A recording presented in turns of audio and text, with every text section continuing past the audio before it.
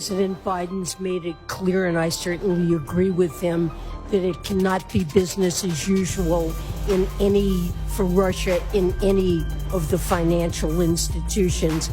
He's asked that Russia be removed from the G20, and I've made clear to my colleagues in Indonesia that we will not be participating in a number of meetings of the Russians.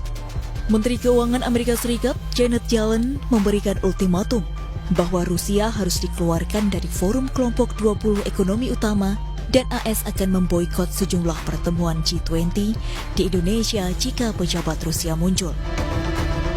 Amerika Serikat menuding Rusia telah melakukan tindakan yang tercela. Peristiwa pembantaian di Bucha, Ukraina, negara barat pun menilai Rusia melakukan penghinaan terhadap aturan global. Sejumlah negara mengancam bakal ngambek jika Rusia masih diajak ke G20. Di sisi lain, Indonesia mengambil sikap atas dasar prinsip-prinsip kenetralan sebagai negara non-blok. Posisi Indonesia sebagai pemegang kepresidenan bergilir G20 pada tahun ini dianggap sebagai ujian untuk memperlihatkan sikap diplomasi negara. Menteri Luar Negeri Retno Marsudi mengatakan, dirinya akan melobi sejumlah negara anggota G20 di Eropa untuk mencari jalan keluar mengenai konflik Rusia dan Ukraina. Retno mengklaim, pemerintah telah bergerak dalam upaya menyelesaikan konflik kedua negara sejak hari pertama Rusia menyerang Ukraina pada 24 Februari 2022. Namun Indonesia perlu hati-hati menyikapi konflik Rusia dan Ukraina, karena Indonesia sebagai presidensi G20 tidak akan memihak. Karena Indonesia dalam berbagai konferensi suatu forum dan organisasi berpegang pada aturan yang berlaku dan tidak terkecuali di G20.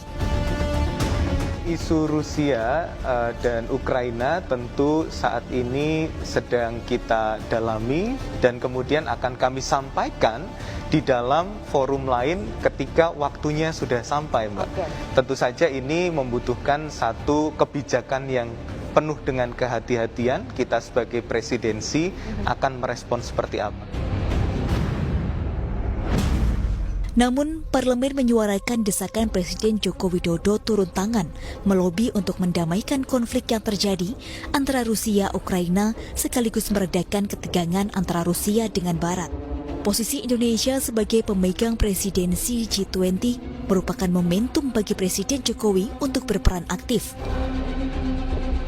Saya pikir, Bu, 5 bulan Pak Jokowi sebagai presidensi, apakah tidak mungkin, Bu, diberi peran beliau atau diajak untuk beliau untuk memainkan peran internasionalnya, Bu?